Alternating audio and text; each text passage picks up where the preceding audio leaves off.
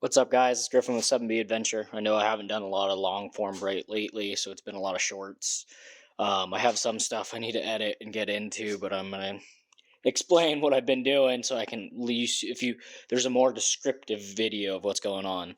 So this is my 1976 Cherokee. If you've been following along on the build so far, it is swapped onto a 2002 Tahoe chassis. And I did that because I wanted to go a lot lower than what I could with the leaf springs, but stay four-wheel drive. So it has drop spindles in the front. This isn't at ride height because it's still sitting on the hoist. I'm waiting on my custom axle shafts for the rear to come in. I built a custom 9-inch. There's some videos of that, and I can get more in depth on how I set that up. If you guys are curious, please let me know in the comments. But it's a 4.8 liter LS. These are C10 turbo headers. So like a 68 to 72, I guess they work in all the C10s, the later square body ones as well. There was a little elbow here on both headers, and that was for the wastegates, but with packaging in this, that's not where I wanted to put it, and I went a little extreme.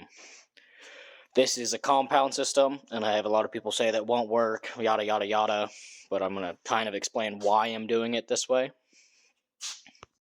But before I get into that, I was going to show you all the piping. So I just finished this upper charge pipe here. I didn't want to try to make this whole snake thing one piece. I would like it to, but trying to get it in and out was going to be impossible. So I made a flange and bead rolled a piece. So this bolts to the fender. And with these boots, it allows a little bit of flex for when the motor wants to twist when it's torquing over.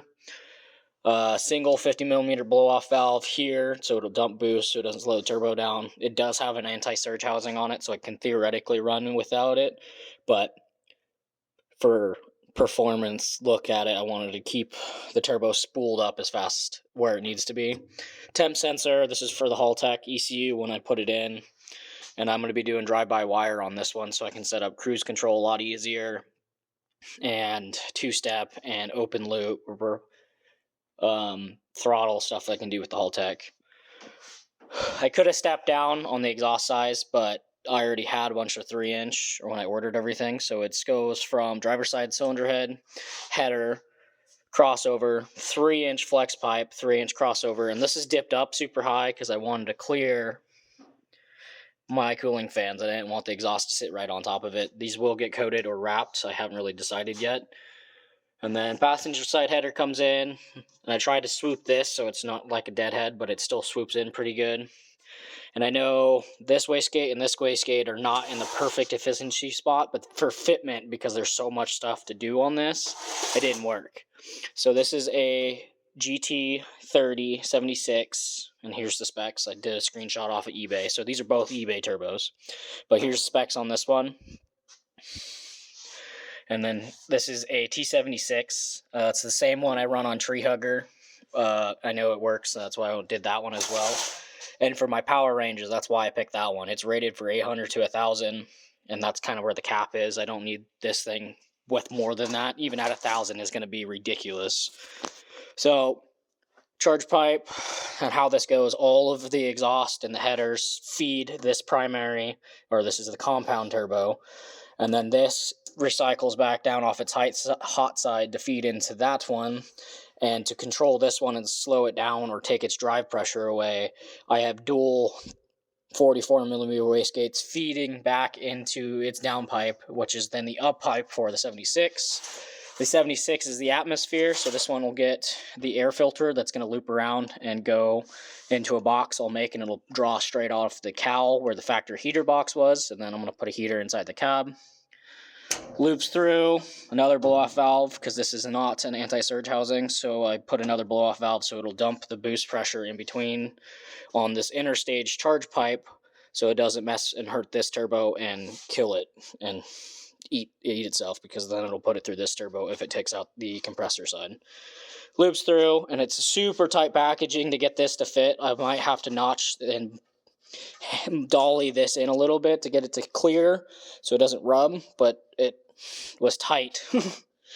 And they're 4-inch inlet on both turbos. It's just what they were. So what I'm going to do, what I did is I took a piece of 4-inch and then cut some 1/8-inch aluminum and then used the bearing press that I have, and just, it's a hydraulic press, and push that in. So this elbow is actually welded on the inside of this piping just for fitment, so I can get this to recess in. So it was very tight to get that corner, so this is still airtight.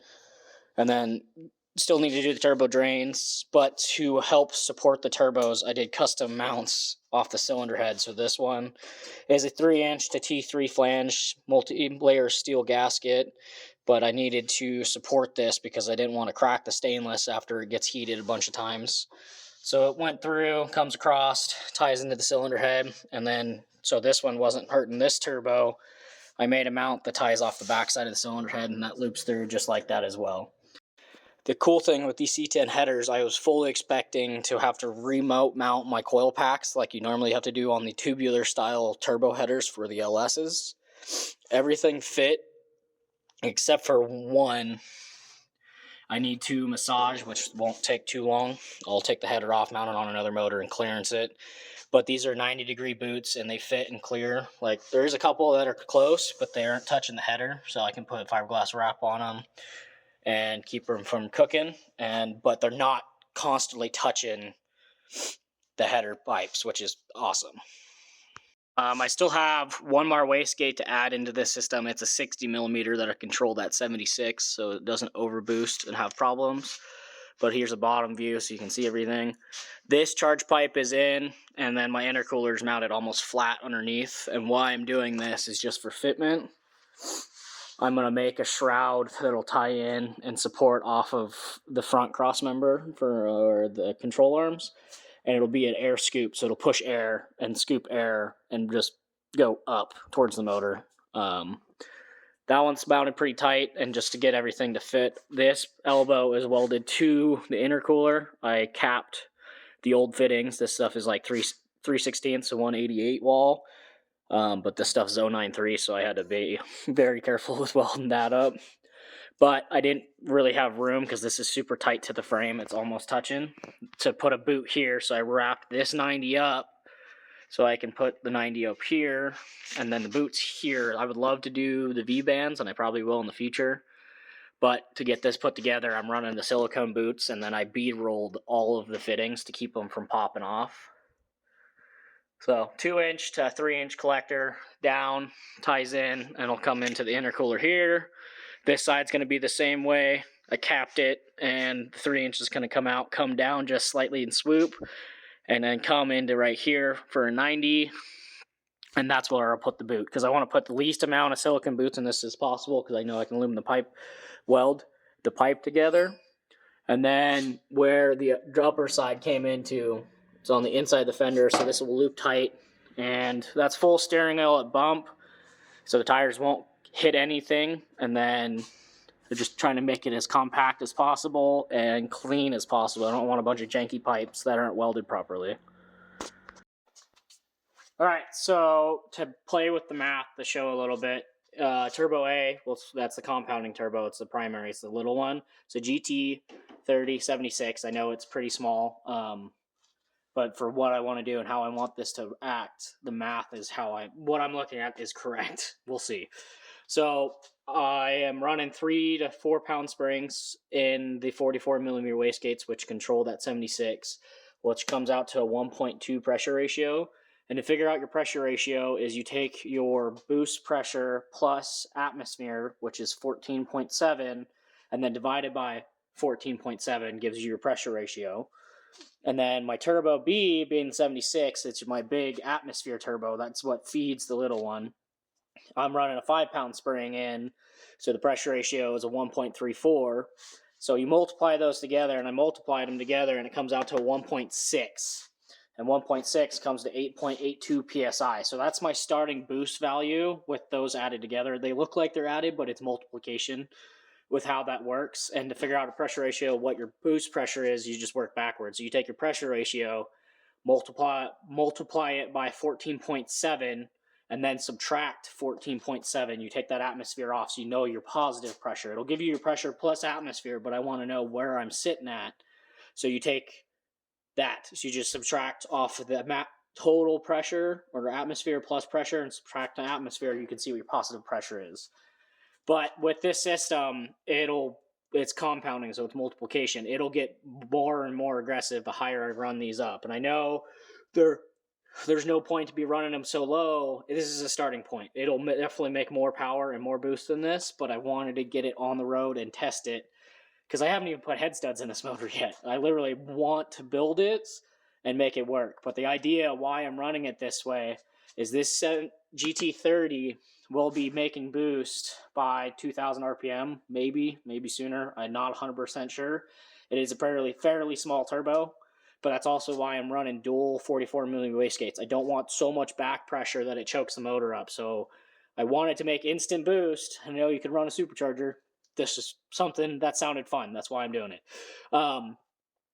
That 30 is going to light off really fast, but it's going to run out of steam. Like looking at the actual compressor map on that one, it's only rated for maybe 450 horsepower, 400, and the proper efficiency range without making a ton of heat. Because once you get past their efficiency range, they're spinning way too hard and they're just making choppy air, and it makes a lot of heat. And in the long run, you could overspin the turbo and it could take itself out.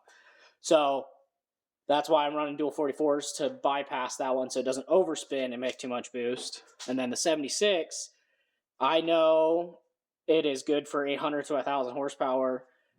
And on a 4.8, it would take a second to light off. And I didn't want that much boost lag. I am running a manual. I could probably get around it.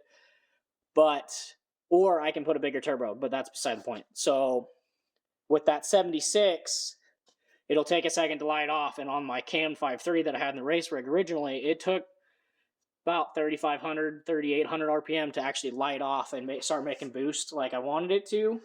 So even being on a 4.8, it's going to be even worse because there's less cylinder pressure coming out.